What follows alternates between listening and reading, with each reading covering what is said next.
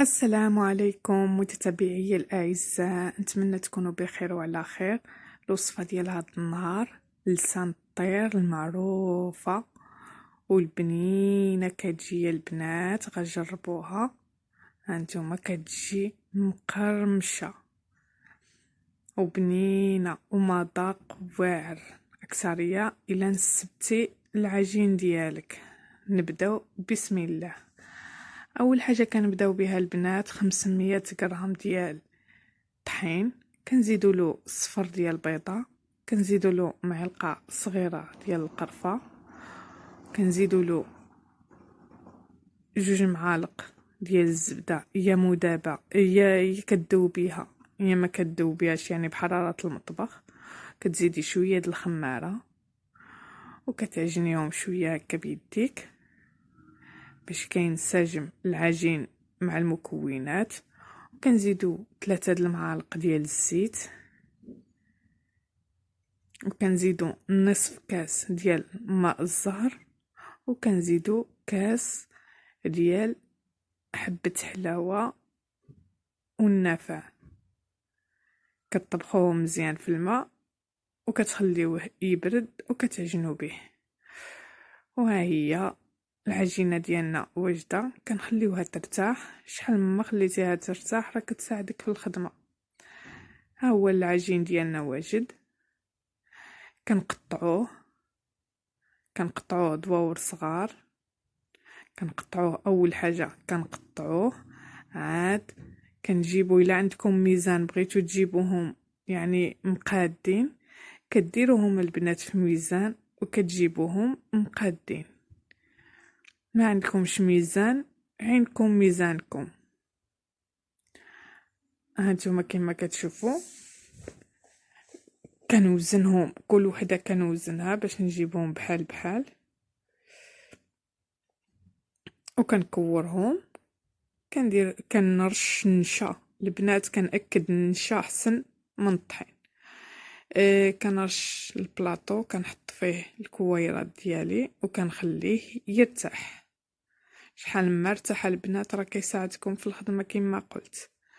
دابا في سطح العمل كنديرو النشا وكنخرجوا 4 د الكويرات باش في الساعه كتساليوها البنات.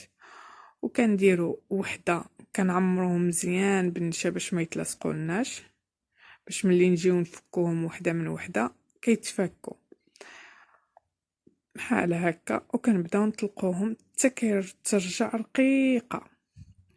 اللي ما بغاتش دير هاد الطريقه البنات كتخدم ورقه بورقه بحال ديال المسمن. هاني كنفرقهم انا، يا تقدي تفرقيهم قبل ما تطيبيهم، يا بغيتي تا كطيبي عاد كتبداي تفرقيهم بحال بحال. المهم يجيو رقاقين البنات بحال هكا، الطبله تكون كتبان.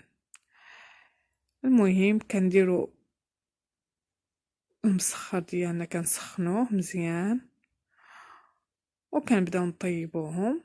غير يشدوا راسهم، ما يحمروا ما والو، غير يشدوا راسهم بحال هكا. وكنحيدوهم من البوطه.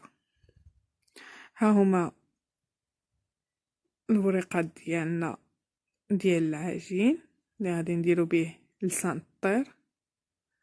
وصراحه انا عجبتني بزاف، جات المذاق بحال الشباكيه ويعني ساهله في التحضير. وكنبداو دابا نلويو وحده وحده وكنديروا لهم طحين والماء باش كنلصقوهم حتى كنكملوا الكميه كلها. كنبقاو عليهم هكا حتى كنكملوا الكميه كلها. وكنخليو العجين ديالنا، ما كنبداوش دابا فيه يعني نقليوه، كنخليوه حتى يبس داك الطحين باش ما كيتحلناش ملي كيبدا يتقلى، باش ما يتحلوش. هانتوما كما كتشوفوا خليناه ترتاح. ودابا كنبدا نقطع. كتقطعوهم شويه عرضه البنات. هانتوما ملي كنقطع الكميه كلها كنكون دايره المقله ديالي وفيها الزيت باش تسخن، وكنكمل تقطع.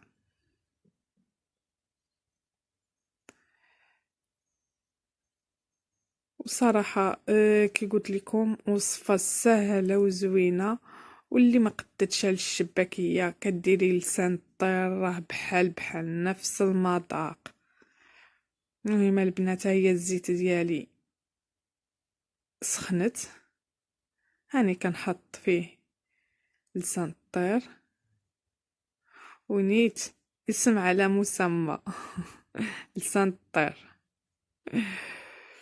نتوما كما كتشوفوا غير كتشوفوهم حمارو كتحيدوهم من الزيت. وها هو العسل اللي وجدت، تنوري لكم المقادير ديالو يا البنات، تنوري لكم صراحه واعر والله، وكيصدق بجميع الاسرار ديالو. المهم حنا حطينا لسان الطير في العسل، كنزيدوا له العسل من الفوق باش كنخليوه واحد 5 دقائق بيد ما نحيدو القليه الثانيه ديال لسان الطير. المهم كنحيدوه من العسل، كنخليوه يستقطر، كديريه في شي شبيكه ولا ديريه في اي حاجه عندك، كتخليه كيقطر بحال هكا.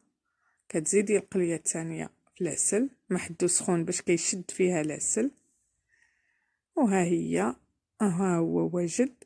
كنبداو كندريو عليه زنجلان بحال هكا، وحنا كنزيدو وكنبداو ندريو الزنجلان. وها هو لسان الطير ديالنا واجد البنات، كيجي مذاق هائل ومقرمش. كيدير يعني كتاكليه كتحسي بديك القرمشه ديالو. هانتوما كما كتشوفوا حليت معكم وحده، شتو كيجي مطوي، اللي كيجيو طبقات.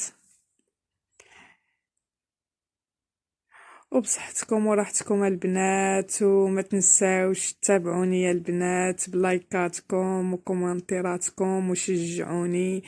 والله يعطيكم الخير في هذا رمضان، والله يدخلوا عليكم بالصحة ان شاء الله. هي الاولى عاد كيجي الرزق.